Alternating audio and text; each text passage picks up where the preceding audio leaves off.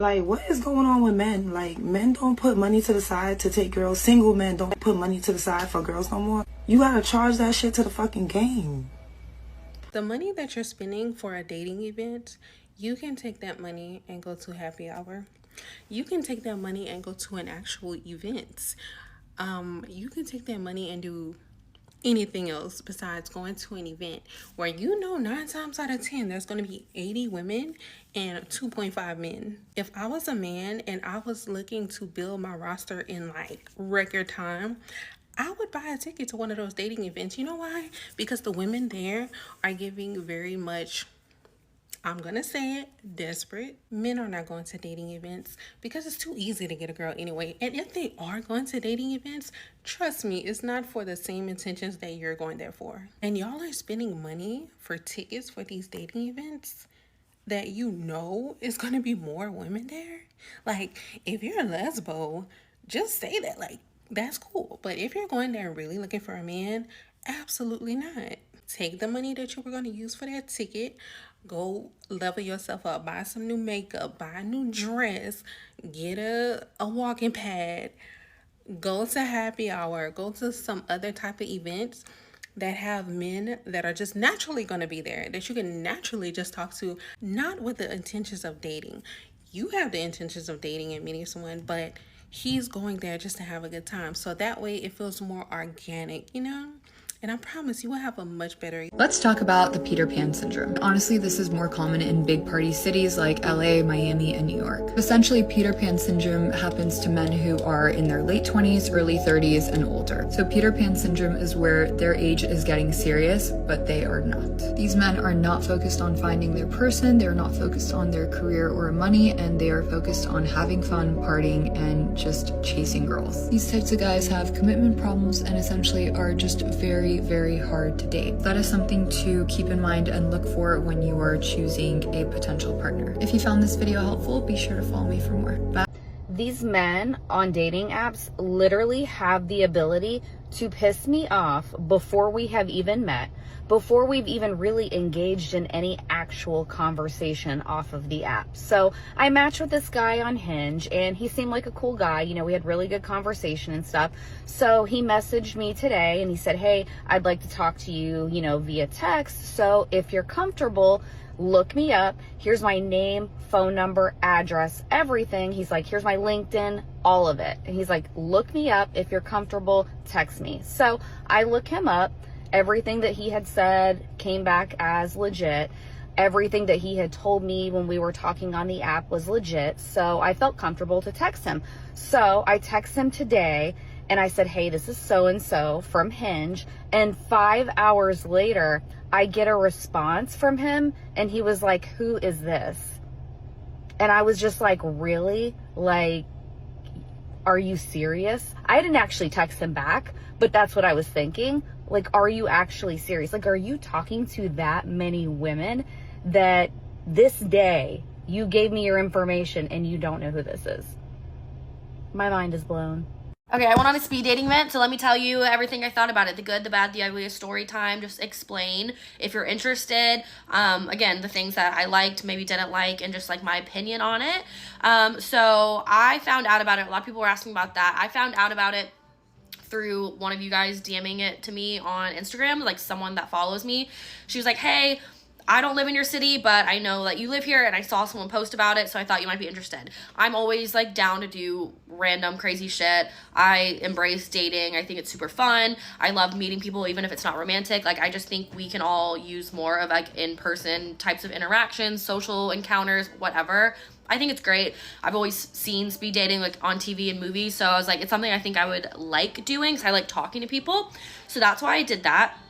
And I got a friend to go with me. I would have gone by myself, but I wanted to go with a friend, so that worked out perfectly. This event specifically, this was their second time hosting it, so it's brand new. It's a group that has a podcast that's like relationship focused, so they're the ones hosting the event. So what I saw when you sign up was that the women could just sign up and there would be 40 slots. So you just sign up as a woman with your name, age, email, Instagram handle, and like maybe some other things.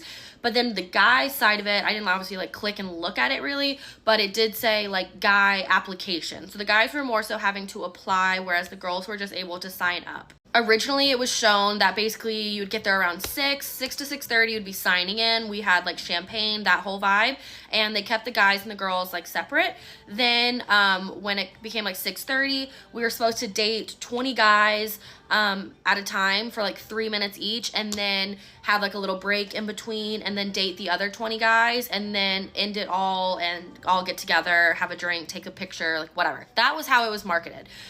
But what ended up happening was there ended up being a lot more girls sign up than guys. Not only that, probably ratio just off the bat, but a lot of the guys that maybe initially had signed up didn't end up showing up because of, they were saying outside factors like the Kentucky Derby, Cinco de Mayo. It was a very busy weekend this weekend. So there ended up being a very large surplus of women that they were not expecting to have. I'm going 365 days without dating apps, so tonight I tried speed dating and it was not a good time. Let's get into it. It was hosted at a winery downtown. You get your name tag. You basically take notes, and if you have a match at the end, they will shoot you an email. Here's the setup. It was very cozy and intimate. The age range for this one was 30 to 49, but I started to panic because everyone looked 70. We also started the event late, which I wasn't a fan of, but it's fine, so I got comfortable. Immediately, a man who looked like Experiment 626 sat down and started explaining to me why he didn't believe in the Me Too movement. This man hates Apple and showed me his cool Android. One guy ranted and raved about Ed Sheeran. Another guy was very adamant that the pandemic was a scam. And lastly, someone was very passionate about New Orleans being the dirtiest place they've ever visited. In a surprising plot twist, despite saying no to everyone, I still ended up with 2 matches, to which I did not respond. This is going to be a long year without the apps. I could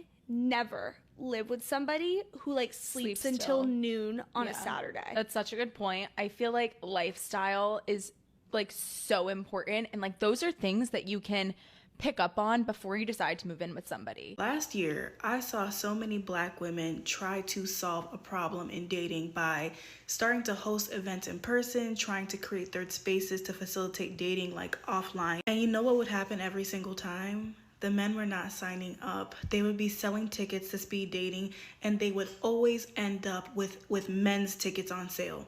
Always, because they weren't buying any. I don't get dating nowadays. This is the largest group of butthurt, bitter pen pals I've ever seen in my entire life. It's absurd. Like, you'll establish mutual interest with somebody, exchange numbers, and then you want to good morning me beautiful until my head is ready to explode. Like, I don't know about y'all, but my attention span is not something to play with. You've got 2 or 3 weeks of chit-chatting with me and FaceTiming before I expect you in person. All right? This isn't fucking summer camp. Let's keep in touch. No. I want to feel the weight of a man's I can't say it, it's TikTok, but you guys, you get what I'm saying. Like, we need to establish real life chemistry. I'm not going to keep talking to you, talking about I miss you. I don't know how. We've never met. More, if you miss me, why aren't you in front of me? Like, what's the issue here? Why aren't you making a move? Lock it in, buddy. Are you short? Do you smell? Are you poor? You can't afford a date? We can go to a fucking park. Like, are you married? What is the issue? Because now you acting sus. And I lose interest on suspect people. Like, what? Lock it in! And I don't care what anybody says. For a relationship to be good and healthy and happy and in love, okay, the man has to love the woman more. And I will not be taking notes on this. I won't be elaborating. There will be no discussion because it is a fact. He also needs to be a little bit scared of her. Why do all men do this? They could have like the most amazing weekend. I mean, they can meet the president of the United States. They can get a brand new car. They can be on their dream vacation. And then you go to their Instagram and it's like one picture of him and his dog. Like, what?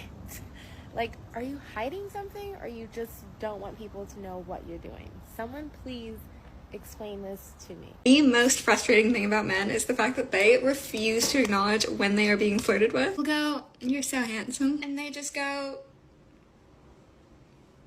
they look so confused to the point where you're like, they obviously want nothing to do with me. That's okay. Won't do that again. And later you find out they liked you the whole time. So, what? Girls, women, the bar is so low right now. We're literally like, oh, he asks me questions. He opens the door for me. Oh, he remembers what I said. Guys, anyone can do that. Bare minimum. Collectively as a group, we can't let this happen. Bare minimum. What is wrong with us? Hey baby, so I got a question for y'all.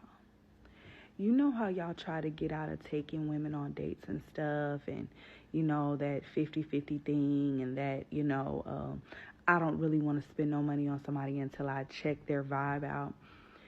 Tell me, for all of you men that say things like that, or that have daughters, tell me what you would tell your daughter when she's of dating age.